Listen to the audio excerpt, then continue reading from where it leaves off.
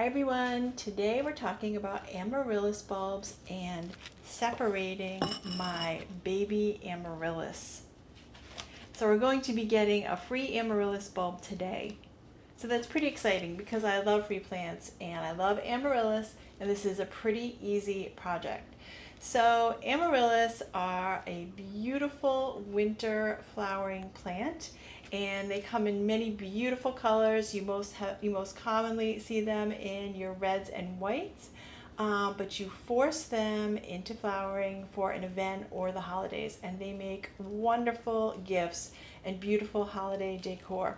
But after you have yours for a few years, because you can keep them going for a very long time, there's an easy way to propagate them. Now, with that said, there's a few ways that you can propagate them, but I really think this is the easiest way to do that because they will throw off an offshoot or a offset or a pup. So I just call it a baby Amaryllis plant.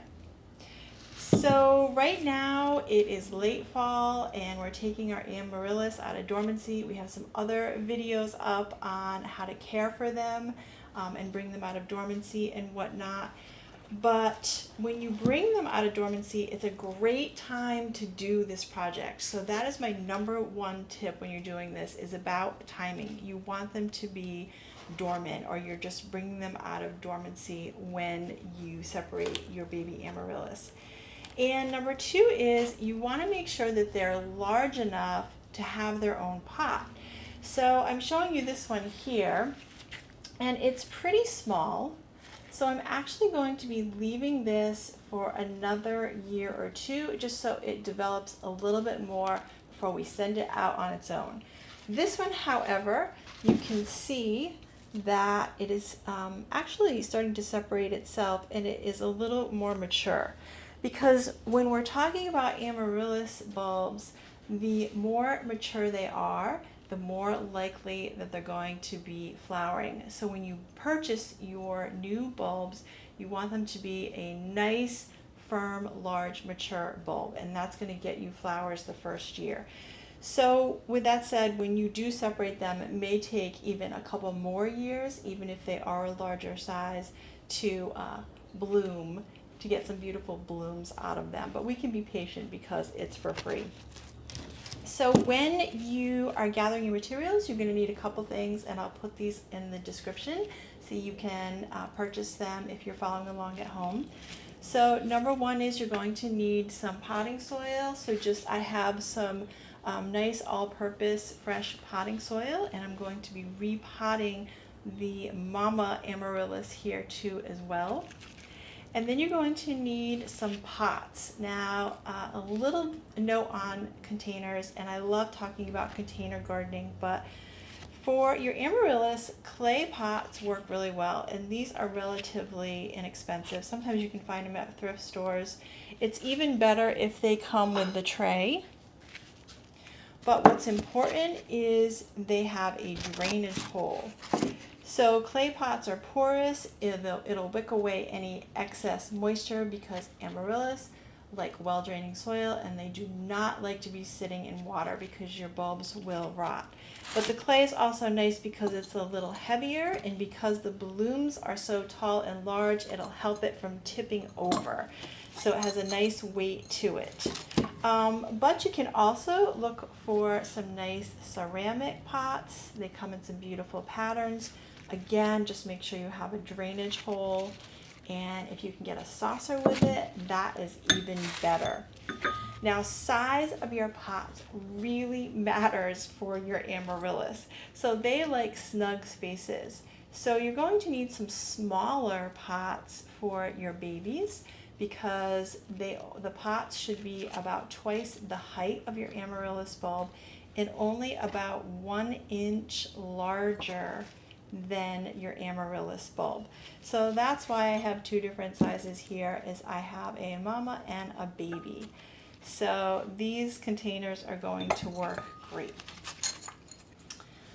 All right, I have my mat here. And by the way, I don't know if you've noticed, but I have one of our new t-shirts on today.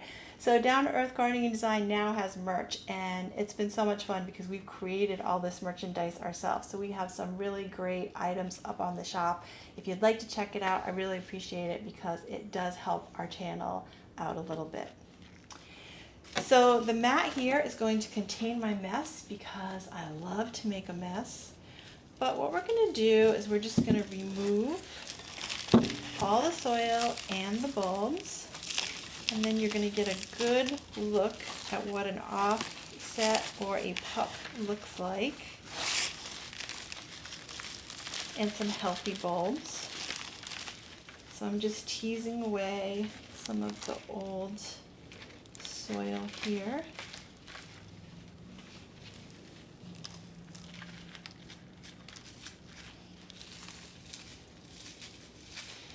All right, and I don't know if you have seen a recent video we put out where we were reviving and repotting our amaryllis because I'm currently down here in Florida and I had my amaryllis outside for the summer and the eastern lubber grasshoppers got to them.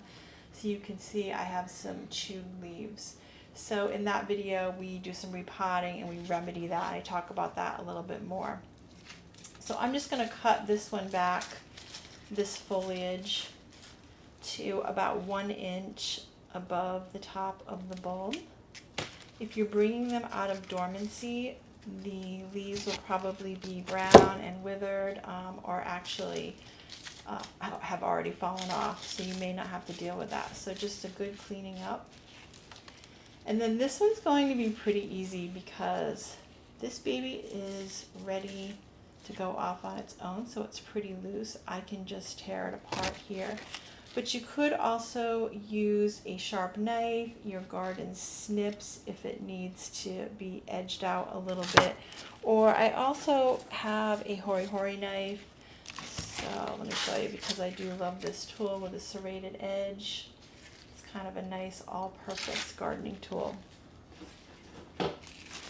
But we're just going to gently break it off. That's it. How easy was that? Free plants. All right, I'm not going to reuse this. And I'm actually going to be using these containers. Now I like to keep some pieces of screens around, and I will just cut a little square, place it at the bottom, and that will just help with the drainage here. It'll keep the loose soil from coming out the bottom of the pots. And this one we're going to clean out and put back in the shed for a future project. Okay, here's my potting soil. So you're going to start by just filling your containers about halfway. Got a little bit too much in this one here.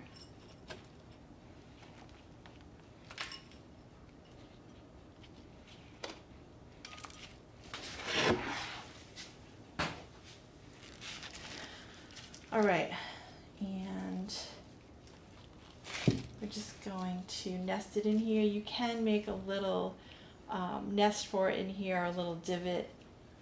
Just kind of shape it so it fits in there snug.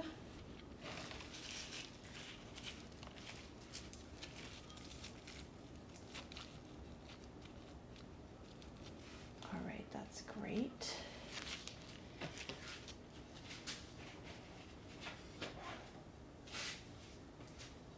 And then I'm going to fill it a little bit more, just around the edges. Now you want about 1/3 of the bulb to be exposed.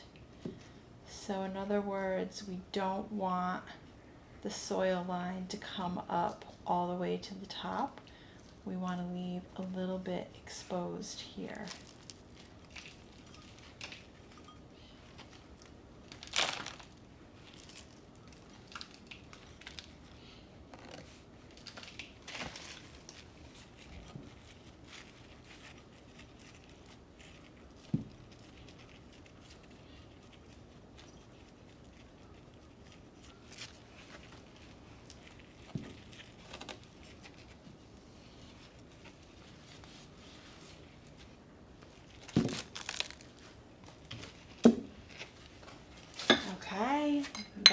it.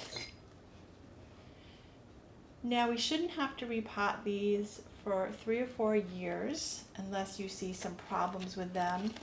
I do really like repotting them because it gives me a chance to give them a decorative container if I want to switch up my decor a little bit, especially if I'm getting ready to give one as a gift.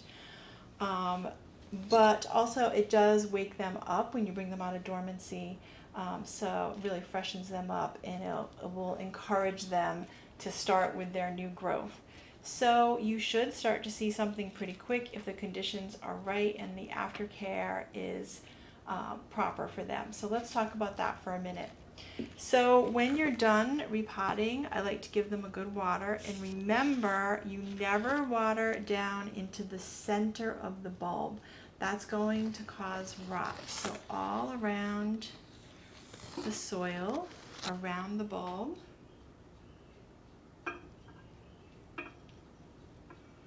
Give them a good drink.